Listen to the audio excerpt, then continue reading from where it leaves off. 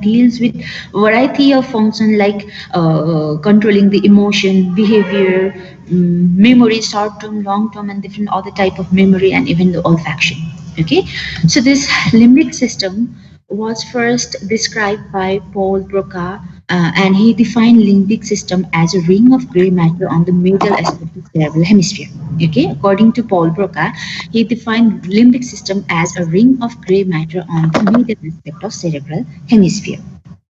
While James Pepys was there, who derived a closed circuit name after himself, okay, Pepys circuit, which derived the relationship between limbic system and its association with emotions and memory. How the limbic system are all connected with emotions and memory. Okay, this is some historical aspect of limbic system. And actually, the word limbic system is derived from Latin word limbus, which means edge or border. Because early limbic system was supposed to be the structure that lies in the border zone between cerebral cortex and thalamus. Okay, because of this, it is named limbic system. And but nowadays it is considered that not just the border zone structure are present, but even the thalamus and hypothalamus are also included within this limbic system. Okay. uh, Anatomically, we can define the term limbic system as part of the cortical and subcortical structures of the cerebral hemisphere that forms a ring around the medial aspect of cerebral hemisphere above the brainstem. Okay, it is the cortical and subcortical structure that form a ring within the medial aspect of cerebral hemisphere above the brainstem, and it plays a vital role in elaboration of emotions and behavior. Okay, emotion, behavior, and memory. Those emotional aspect or the behavioral aspect and memory are all associated with this limbic system, or the main function of it is considered to be the function of limbic system. So this limbic system include a set of brain structure, okay, where it includes the olfactory pathway, piriform lobe, amygdala, hippocampal formation. This lobe, okay, this piriform lobe includes the uncus and entorhinal area. We already have studied about different gyrus and functional area of cerebral hemisphere. Okay, so within that, this piriform lobe includes the uncus and entorhinal area, amygdala or amygdalic body is there, hippocampal formation, limbic lobe, which includes the septal area, cingulate gyrus, parahippocampal gyrus, hypothalamus, anterior nuclei of thalamus, and habenular nuclei of epithalamus. These structures are all included within the limbic system, and we'll be dealing with individual part in detail. Okay, here this is the diagram to show the ring forming the limbic system within the medial aspect of cerebral hemisphere. This comprises the limbic system. Now to begin with the olfactory pathway or olfactory system here. This olfactory pathway, which is the part of limbic system, includes olfactory nerve, olfactory bulb, olfactory tract, olfactory stria, and piriform area. Okay, this olfactory nerve actually is the central process of this bipolar olfactory neuron. Okay, central process of bipolar olfactory neuron comprises the olfactory nerve, which pierces the cariform plate of ethmoid to enters into the olfactory bulb. You must have seen the olfactory bulb when you study about, or when you had a demo about the cerebrum, isn't it? So it pierces the cariform plate of ethmoid to enters into the olfactory bulb, where it anastomoses with the mitral and tufted cells present within the olfactory bulb. Olfactory bulb is ovoid mass of gray matter situated within the orbital surface of frontal lobe. Okay, so this olfactory bulb later on continues as the olfactory tract. This olfactory tract is formed mostly by the axons of mitral and tufted cells. Okay, olfactory tract which is formed mostly by the axons of mitral and tufted cells. And when traced behind, this olfactory tract divides into olfactory stria. Now, once again, this is olfactory bulb. Here, mitral and tufted cells here. The olfactory tract is formed. Now, from olfactory tract, finally it divides into olfactory stria, medial olfactory stria, lateral olfactory stria, and even sometimes intermediate olfactory stria is encountered. Okay. So, the medial olfactory stria passes in front of the anterior perforated substance. Okay, it passes in front of the or along the anterior border of anterior perforated substance to ends into the paraterminal gyrus, and even to few of the fibers run to the opposite olfactory bulb. While lateral olfactory stria passes along the anterolateral border of this anterior perforated substance and into the gyrus semilunaris. Okay, this gyrus semilunaris is considered as the periamygdaloid region. Then the gyrus ambiens and lateral olfactory stria together form the prepiriform region. This is prepiriform. These two together form the prepiriform region. This is the gyrus semilunaris, which is considered as the periamygdaloid region. Okay. Now, this prepiriform region is continuous behind with the entorhinal area. Okay, entorhinal area in the anterior part of parahippocampal gyrus. So parahippocampal gyrus is present here. So in front of that, the entorhinal area is present, and this gyrus ambiens and lateral olfactory gyrus are continuous with the entorhinal area here. Now, finally, the prepiriform area, periamygdaloid region, and entorhinal area, all of these structure, this marked by a dotted circular line, this structure comprises the piriform lobe. So, olfactory nerve, olfactory bulb, olfactory tract, olfactory stria, and this piriform lobe, all of them constitute the or are included within the olfactory tract. Okay. So this is about the first component part of the limbic system. Then talking about the olfactory reflex, we have experienced that whenever we have just the sense, just the smell or sight of the some palatable food, we start to salivate, isn't it? So this olfactory reflex, the possible pathway of such olfactory reflex is considered to be, it begins from the terminal end of the olfactory stria. So once again here, this is olfactory bulb, olfactory tract, and medial, intermediate, and lateral olfactory stria.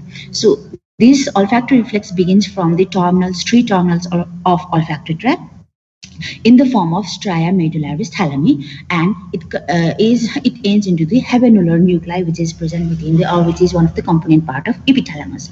From habenular nuclei, the connections is sent to the interpeduncular nucleus through the fasciculus retroflexus. From interpeduncular nucleus to the tegmental reticular nuclei, and from there finally into the superior salivatory nucleus, inferior salivatory nucleus, and dorsal nucleus of vagus, which are responsible for production of or which are responsible for salivation. Okay, so this is just to describe the possible olfactory reflex, or whenever we see or we smell the tasty food, we start to salivate because of this pathway. Then the next component part of limbic system is amygdala. Are you people there? Are you people there? Yes, ma'am. Okay. So the next component part is of limbic system is amygdala, which is a collections of nuclear masses in temporal lobe. Okay, it actually lies within the temporal lobe beneath the gyrus ambiens, gyrus semilunaris, and uncinate gyrus. Okay, and amygdala is almost almond shaped, situated at the roof of the inferior horn of lateral ventricle. Have you studied about the ventricular system till now? Have you studied about the ventricular system, or it is still not taught yet? Not taught yet, ma'am. Why you? I'm not hearing you. Your audio is very small.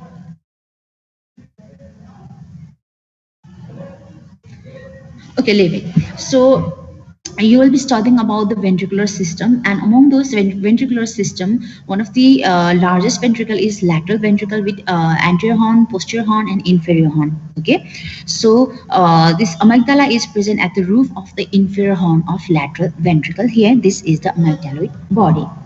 And in this picture, as we can see, this small rounded structure is the ovoid mass, is the amygdaloid body, which lies just beneath the oncus. Okay, it lies beneath the oncus and gyrus semilunar. And this amygdala is divided into two regions: the small corticomedial group of nuclei and large basolateral region. Okay, small corticomedial region and large basolateral region is the two division of amygdala, and this corticomedial region mainly receives offering from olfactory system, while basolateral region receive offering from parahippocampus and some memory related sensory association area. Okay, so this is about the two division of amygdala.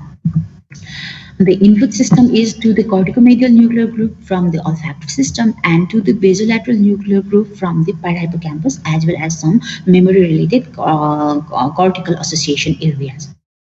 While output of amygdala is from corticomedial nuclear group to the septal nuclei of septum pellucidum, septal area of paraterminal gyrus, anterior and preoptic nuclei of hypothalamus through the stria terminalis. Okay, from corticomedial nuclear group, the output or efferent from amygdala is sent to this area through stria terminalis. And remember, the stria terminalis are the fibers which are mainly amygdalofugal, that is, efferent fibers. Larger portion comprises efferent fibers, but even small portions constitute the afferent fibers to the amygdala, that is, amygdalopetal fibers as well as amygdalofugal fibers are there within the stria terminalis. From the basolateral nuclear group through the ventral amygdalofugal fibers, the connections are sent to dorsomedial nucleus of hypothalamus, some of the thalamic nuclei, and the septal area of paraterminal gyrus. Okay, so this is about the input and output, both connections of the amygdala.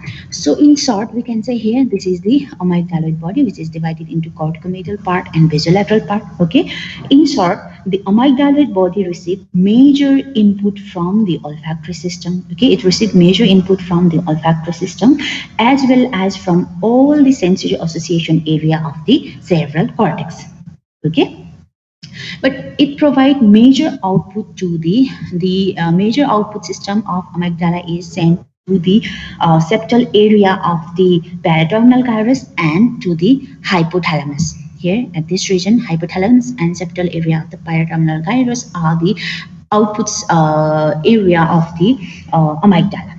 Okay, so this is about the connection of the amygdala. Then talking about the function of amygdala.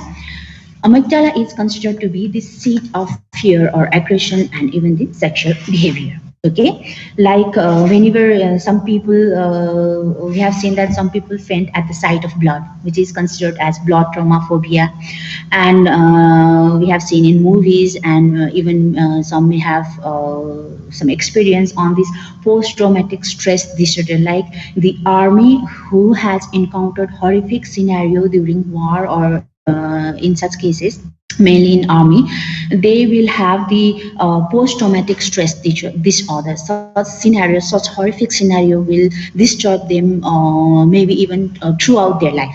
Okay, so all of these things are because of amygdala, because it is the seat of fear or aggression. Okay, and in some of the severe condition of such post-traumatic stress disorder, the final treatment is considered to be the ablations of amygdala, both of the amygdala. Okay. Besides, the amygdala controls the somatic response to internal needs, drive, and or instincts such as feeding and drinking. Okay, agnostic behavior, mating and maternal care, responses to physical or emotional stress. So, response to the different emotional stress and its facial expression, all of them are the functions of this amygdala. And then, experimentally, if the amygdala is stimulated electrically, the persons become more aggressive. Okay, the persons become aggressive when the one's amygdala is stimulated. And in case of bilateral ablations of amygdala, the persons become abnormally docile, like totally inactive, and even in some cases, hypersexual behavior has been found out. Okay, these are some of the experimental observation with the stimulation of amygdala. Now, then after, the next part of limbic system is septal area. Septal area, which is also known as pleasure zone of the cortex, and it includes the neuron in the paraterminal gyrus. Okay, here neuron in the paraterminal gyrus and nuclei of the septum pellucidum are included within the septal area. And connections of septal area is it receives afferent from amygdaloid body. So see here, this is the septal area which within septum pellucidum and peritoneal gyrus, subcallosal area and septum pellucidum. Okay, so within this septal area, the afferent are received from amygdaloid body. Here we can see amygdaloid body through the stria terminalis and even the ventral amygdalofugal fibers. And from the hippocampus, here, this is hippocampus. From the hippocampus, the afferent is received by septal area through the dorsal fornix. Here, this one is dorsal fornix. Okay, from dorsal fornix, afferent is received here. While from the hypothalamus, here, this is from hypothalamus and midbrain reticular formation, the afferent is received via the medial forebrain bundle. Okay, so these are some of the afferent received by septal area. An efferent of septal area is sent to the hippocampal formation through the dorsal fornix, and hypothalamic nuclei, midbrain reticular nuclei, reticular formation through the medial forebrain bundle. So this dorsal fornix, medial forebrain bundle, those are of all of them are bidirectional fibers. Okay, both afferent and efferent fibers are carried through those fibers. If the septal area is stimulated, it causes inhibition of aggressiveness of an individual, okay, and produce pleasure reaction within that. So this is about the experimental observation. If what happens if the septal area is stimulated experimentally. Then the next component part of limbic system is hippocampal formation. Okay, this hippocampal formation, which belongs to archipallial cortex, which means the phylogenetically oldest cortex, archipallial cortex, includes endogium gracium, gyrus faciolaris, dentate gyrus, hippocampus, and part of uncus. Okay. So this endogium gracium actually is the vestigial part of hippocampal formation.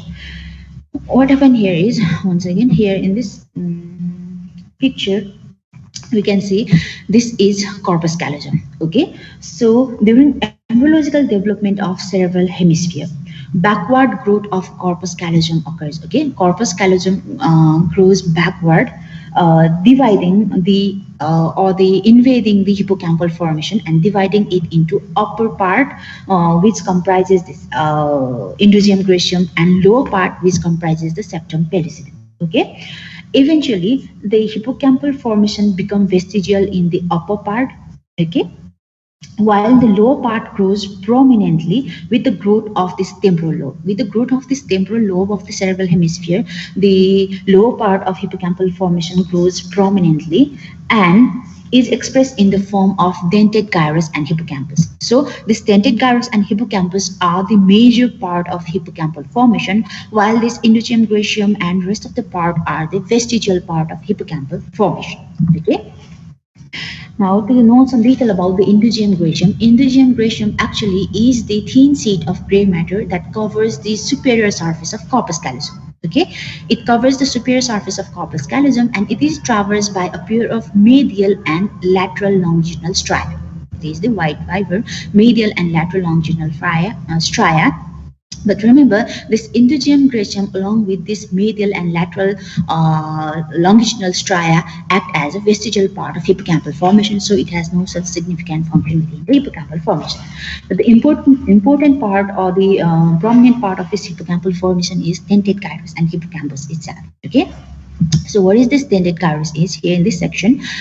This narrow crenated, which means the rounded or blunt stripe of gray matter, okay, which is actually the continuation of gyrus faciolaris, and this dentate gyrus is related below and laterally with the parahippocampal gyrus, and above and medially with the fimbria of the fornix. This is more clear from this diagram. You can see here, this is the dentate gyrus, which is the continuation of gyrus faciolaris. Okay, so gyrus faciolaris continues anteriorly as the dentate gyrus, and this dentate gyrus is related inferolaterally with the parahippocampal gyrus, and above and medially it is overlapped by fimbria of the fornix. This is fornix and this is the beginning part of fornix. Fimbria of the fornix is rotated above and medially to the hippocampal dentate gyrus. And this dentate gyrus actually is the main input station of hippocampal formation. Okay, remember, dentate gyrus is the main input station of hippocampal formation, and we can say histologically this dentate gyrus has got three layers, which include molecular layer, granular cell layer, and polymorphic cell layer. Okay, histologically, dentate gyrus has three layers: molecular layer, granular cell layer, and polymorphic cell layer. The next component part of hippocampal formation itself is hippocampus. Hippocampus cause elevation along the floor of the inferior horn of lateral ventricle. Okay, here in this section, this is the hippocampus. This C-shaped structure is hippocampus, which cause elevation along the floor of the inferior horn of lateral ventricle. And hippocampus actually is derived from Greek word, which means hippocampus, hippo, which refers to horse, and campus, which refers to sea monster. Okay, so as it resembles almost sea horse shape, it is named hippocampus. Okay. And when we see and this is hippocampus, okay, to trace it, the anterior end of hippocampus presents a bulbous extremity, which is marked by numbers of this oblique groove, which resembles a paw of an animal. Hence, it is also called base hippocampi. As it resembles paw of an animal, it is also known as base hippocampi. And again, on coronal section, the hippocampus is C-shaped in outline, okay, which resembles like a horn of a ram. That is horn of a sheep, male sheep. The name Amon's horn. Okay, the name Amon is derived from an Egyptian deity with ram's hair. So, some hippocampus is sometimes even referred to as Amon's horn because it resembles the horn of a ram. Okay, so hippocampus has different name: base hippocampi, Amon's horn, or hippocampus because it resembles the seahorse. Okay, this is about the hippocampus. Then again here, this is parahippocampal gyrus, this is dentate gyrus, and here this is hippocampus as a whole. Okay, so this is the cavity of inferior horn of lateral ventricle. This small gap zone here is the cavity of inferior horn of lateral ventricle. Now, this ventricular surface of hippocampus is covered by a thin sheet of white matter known as alveus. Okay, the ventricular surface of hippocampus is covered by a thin sheet of white matter, which is mainly derived from the pyramidal cells. Can you see this pyramidal cells? It is mainly derived from the pyramidal cells of the hippocampus. Okay, so this alveus is a thin sheet of white matter which covers the ventricular surface of hippocampus. Okay, so this alveus or the fibers of alveus all converge along the medial margin of hippocampus. All of these alveus or all of these fibers converge along the medial margin of hippocampus to form the fimbria hippocampi. Okay, once again I repeat, hippocampus has got the pyramidal cells. So from the pyramidal cells, adjoins of pyramidal cells all converge to form the white matter alveus, a thin sheet of white matter alveus. All of these alveus converge towards the medial margin of hippocampus and it forms the fimbria hippocampi. And the same fimbria hippocampi on reaching the splenium of corpus callosum. You people are clear about corpus callosum, isn't it? So when fimbria hippocampi reaches the splenium of corpus callosum, it becomes continuous with the fornix. Okay. So this is just to show like hippocampus is produced by complex infolding. So this is hippocampus, okay, and hippocampus is formed by complex infolding of dentate gyrus, hippocampus itself, and subiculum. This complex infolding of this structure is give rise to hippocampus, and all of these dentate gyrus, hippocampus, and subiculum, all of them belongs to the archipallial cortex. Okay, that is the oldest, phylogenetically oldest cerebral cortex. This is about the function of what actually is hippocampus. Then talking about the connections of hippocampus. Okay, hippocampal connection. Offerent to hippocampus is received from cingulate gyrus via the cingulum, from the septal nuclei and indusium gracium via fornix. Opposite hippocampus are also connected with each other. Okay, the two side hippocampus which is present on both the cerebral hemisphere, so the opposite side hippocampus are connected with each other via the commissural fibers, while connection from the entorhinal area has got two routes. The outer part of interarenal area is connected to dentate carus via the perforant path, directly perforation through the perforation, and inner part of interarenal area is connected to alveus via the alveolar part. Okay, so this interarenal connection, interarenal area is connected to hippocampal formation or hippocampus through two routes of connection. While efferent, talking about the efferent of hippocampus, the sole efferent of hippocampus is through the fornix. Okay, the sole efferent is through the fornix. So, what is this fornix? We should know detail about the fornix thing. Fornix is the large bundle of projecting fiber. Okay, this is the largest, one of the largest bundle of projecting fibers which connect the hippocampus below posteriorly with the mammillary body anteriorly. Okay, this is mammillary body, this is hippocampus. So these two structures are connected with each other with the help of fornix. And fornix is actually the continuation of fimbria hippocampi and alveolus, which forms the different component part of fornix. Okay, the fornix has got different, like the corpus callosum, which has got the rostrum, genu, body, and splenium. Similarly, fornix has got different component part here. Okay, the first it begins from the hippocampus in the form of crura of the fornix on either side. Okay, crura of the fornix. Now these two crura converge anteriorly and meet with each other to form the body of the fornix, and further it divides into two column, anterior column. Okay, it divides into two column to terminate into the mammillary body of the hypothalamus. While these two crura of fornix is also interconnected with each other with the help of commissural of fornix. Commissural fibers that connect the two sides of the fornix, commissural of fornix. So these are different part of the fornix. Are you people there? Are you people listening? Are you people there or not? Yes, ma'am. सुनिरहेछ कि छैन, बुझिरहेछ कि छैन? ma'am. Okay, so these are different parts of the fornix. Here, once again, this is hippocampus, this is mammillary body. The fornix arches below the corpus. This is corpus callosum. Okay, this fornix arches below the corpus callosum and ends by joining into the mammillary body here. Being the main output tract, this fornix being the main output tract of the hippocampus. Okay, we have already mentioned the fornix is the only output tract of the hippocampus. So being the main output tract of the hippocampus, the primary role of fornix is to transmit information from the hippocampus to the mammillary body, and from there even from mammillary body finally to the anterior nucleus of thalamus. Okay, so primary role of fornix is to transmit information from hippocampus to mammillary body, and from there to the anterior nucleus of thalamus.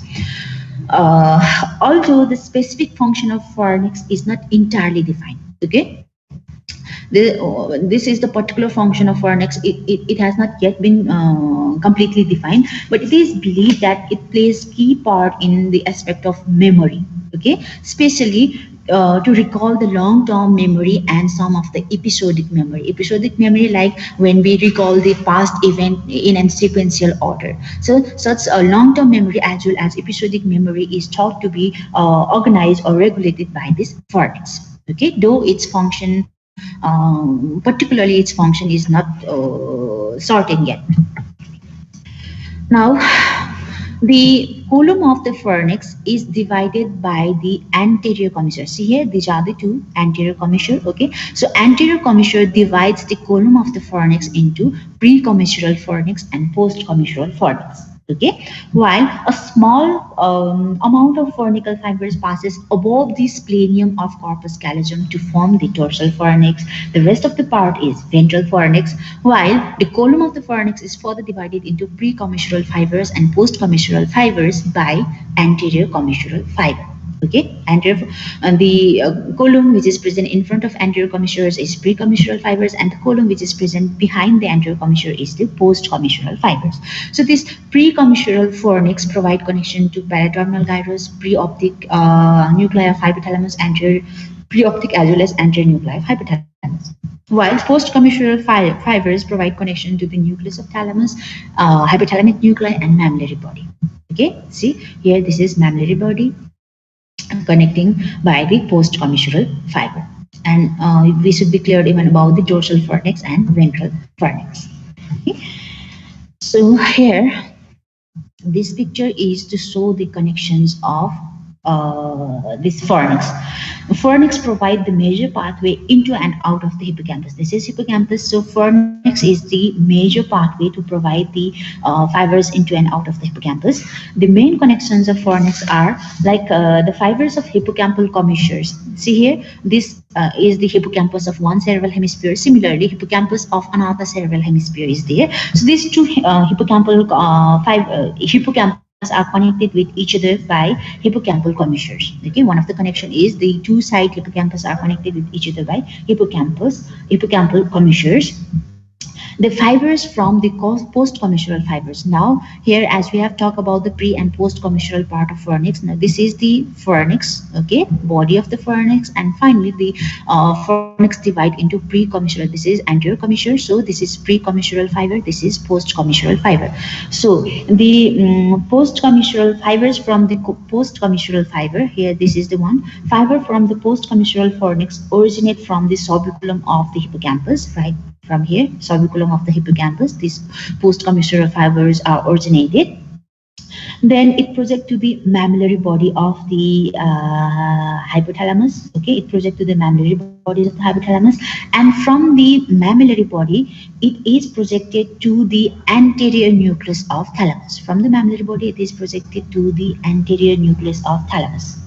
While fibers from the pre-commissural fiber, okay, while the fibers from pre-commissural fibers, pre-commissural fornix are connected to the hippocampus, that connect the hippocampus to the septal nuclei, preoptic nuclei of the hypothalamus, and even the cingulate cortex.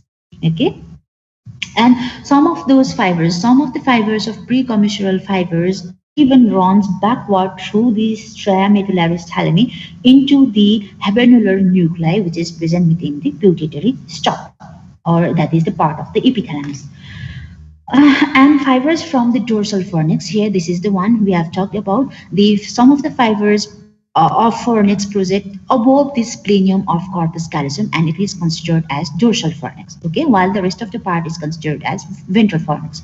So the fibers from the dorsal fornix reaches to the splenial gyrus and cingulate gyrus. So these are different connections, or how the fornix connect different structures: hippocampus to the septal area, hippocampus to the mammillary body, hippocampus to the habernular nuclei.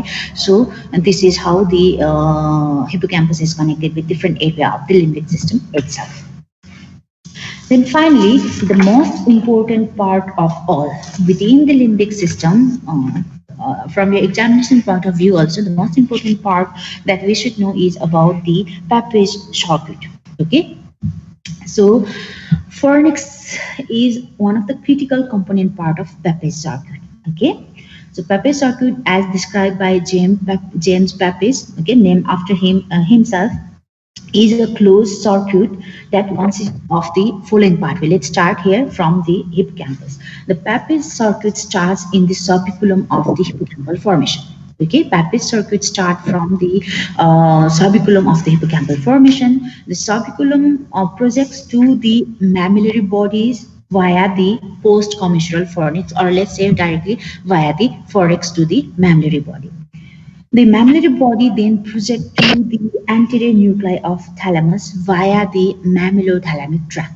Okay, the anterior thalamic nuclei next project to the cingulate gyrus, which in turn is projected to the parahippocampal gyrus through the cingulum, and then the parahippocampal gyrus is projected to the entorhinal cortex, and from entorhinal cortex to the hippocampal formation, completing the circuit.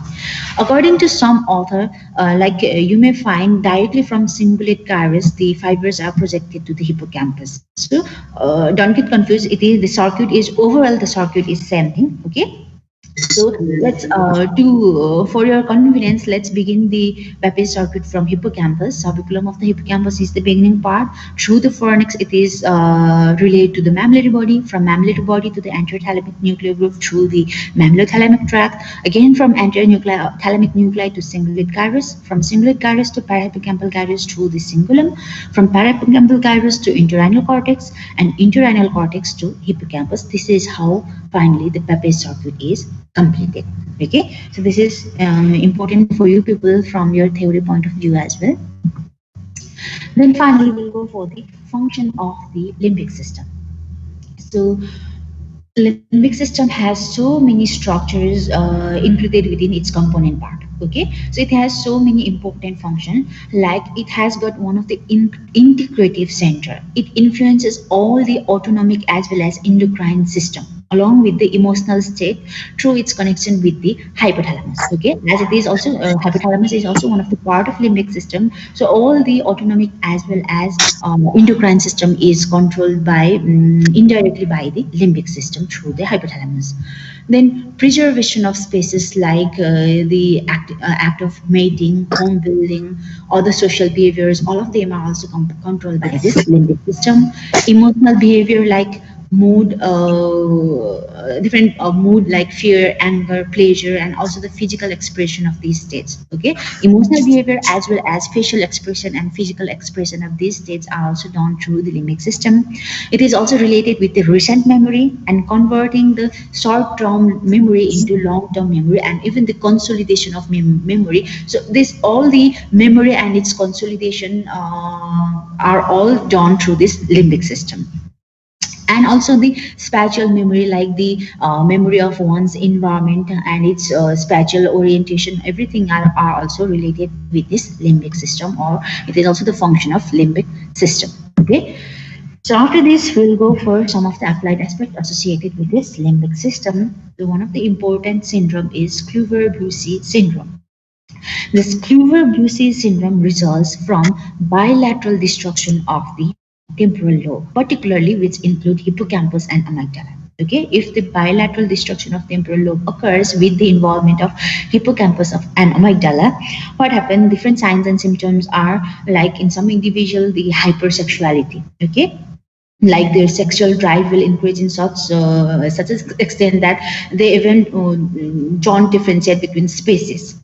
Hyperorality, like eating all kind of food, even the edible, non-edible, any kind of food or anything they just start to eat.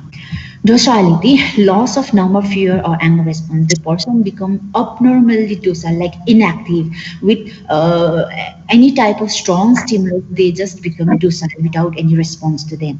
Okay, this result in personality change of an individual.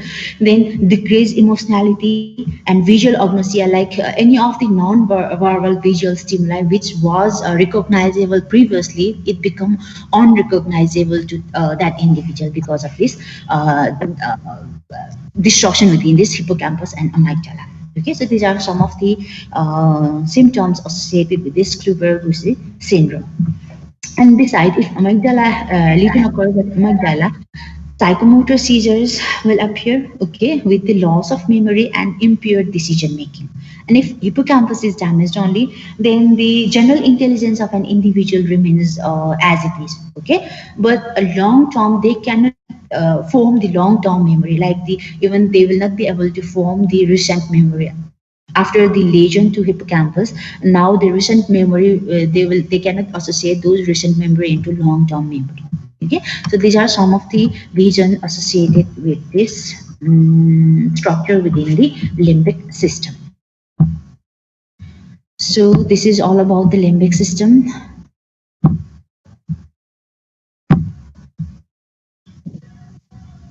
So any confusion, any part do I need to repeat? Otherwise we are done for today.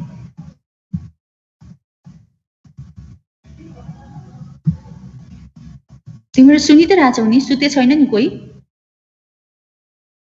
छैन ma'am. Sure. सुनिरहेछु ma'am. सुनिरह हो. ल अब एकचोटि गएर text book पनि हेर्नु, अथवा अब तिमीहरूको एसेसरी भिडियोजहरू अलरेडी छँदैछ हेर्नु, अनि केही कन्फ्युजन छ भने we are there. Okay? So shall we end the class for today? Ma'am. Okay, thank you for your attention. Thank you, ma'am.